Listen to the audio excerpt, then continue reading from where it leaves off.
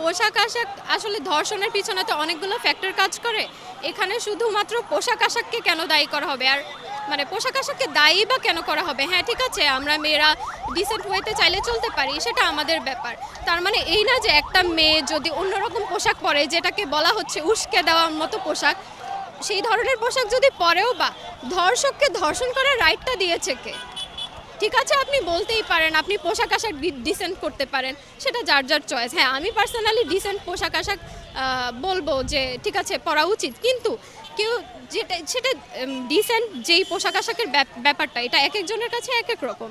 এখন একটা মানুষ সে ওয়েস্টার্ন পরছে, এটা তার ইচ্ছা, আপনি বড়জোর তাকে বলতে পারেন যে ঠিক আছে তুমি তোমার পোশাকটা ঠিক করতেই পারো, সেটা তার ইচ্ছা, সে করবে কি করবে না, তাই না? তাই বলে ধর্ষককে ধর্ষণ করার রাইটটা দিয়েছে কে? আর পোশাক আশাক কেন ফ্যাক্টর হবে? 8 বছরের শিশু পোশাক আশাকের কি বোঝে?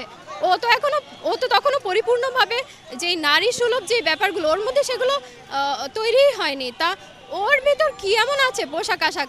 ওকে কেন ধর্ষণ করা হলো? যদি আমাদের অনেক মানুষ বলেন মেয়েদের পোশাক আশাক দায়ী, যদি পোশাক আশাকই দায়ী হবে, 8 বছরের একটা বাচ্চার মধ্যে এমন কি আছে যেটা একজন ধর্ষককে উস্কে দিতে পারে ধর্ষণ করার জন্য? আমি জানি না। আমার কাছে আসলে মেইন যে ব্যাপারটা মনে হয়, পার্সোনালি আমার কাছে, অনেকজনের এক একজনের এক এক মত থাকতে পারে, পার্সোনালি আমার কাছে মনে হয় আইন শৃঙ্খলা বাহিনী বা শাস্তির ব্যাপারটা যদি মানে শক্ত হাতে মানে সামলানো যেত, শাস্তি কার্যকর করা যেত, আমার মনে হয় ধর্ষণের সংখ্যা অনেকটাই কমে আসতো। মানে আমি পার্সোনালি মনে করি ধর্ষক যখন দেখছে আমি তো ধর্ষণ করে পার পেয়ে যেতে পারবো, আমার কোনো শাস্তি হচ্ছে না, বা আমাকে আটক করা পর্যন্তই শেষ, আমি তো বের হয়ে যেতে পারছি দলীয় নাম জপ করে, অথবা যে কোনোভাবে আমার পাওয়ার খাটিয়ে বা যে কোনোভাবে টাকা দিয়ে বের হয়ে যেতে পারছি, কোনো তো ব্যাপার না, ধর্ষণ করে নেই, বের তো হয়ে যেতে পারবো। তা এই ভাবনাটাই আমার মনে হয় মানুষকে উস্কে দিচ্ছে আরও বেশি ধর্ষণ করার জন্য। আইন শৃঙ্খলা পরিস্থিতি আমি উন্নত তখনই বলবো যে ধর্ষণের শাস্তি যখন কার্যকর করা হবে। শাস্তি কার্যকর করা হলে মানুষ নিজে থেকেই ভয় পাবে, ও নিজে থেকেই সংখ্যাটা কমে আসবে বলে আমি মনে করি। তো তখন আইন শৃঙ্খলা রক্ষাকারী বাহিনী আমার মনে হয় আরও ইজিলি ব্যাপারটাকে সামলাতে পারবেন। ধর্ষণের যে কারণটি, ধর্ষণের যে মেজর কারণ যদি আমরা বলতে চাই, ধর্ষণের মেজর কারণ আসলে নারীর পোশাক না। প্রথমত মানুষ যেটা বর্তমানে সবচেয়ে বেশি যেটা বলছে আর কি, যে নারীর পোশাক না, নারীর বয়স না। কারণ আমরা দেখেছি 7 বছরের শিশু আসিয়া, তার শরীরে এমন কিছুই নেই যেটার জন্য একটা পুরুষ যে হচ্ছে যৌনভাবে আকর্ষিত হতে পারে, যেটাকে আমরা একজন নারীর শরীর বলতে যা বুঝি।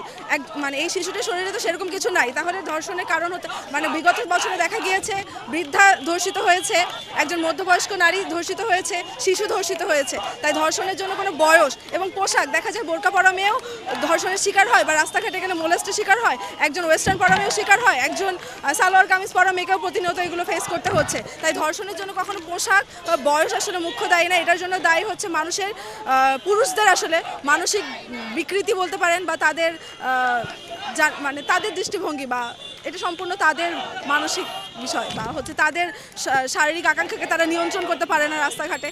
এটা পুরো মানসিক বিকৃতি হতে পারে, বা তারা মাদকাসক্ত হতে পারে, কিন্তু নারীর পোশাক বা নারীর বয়স এটা কোনোভাবেই দায়ী না।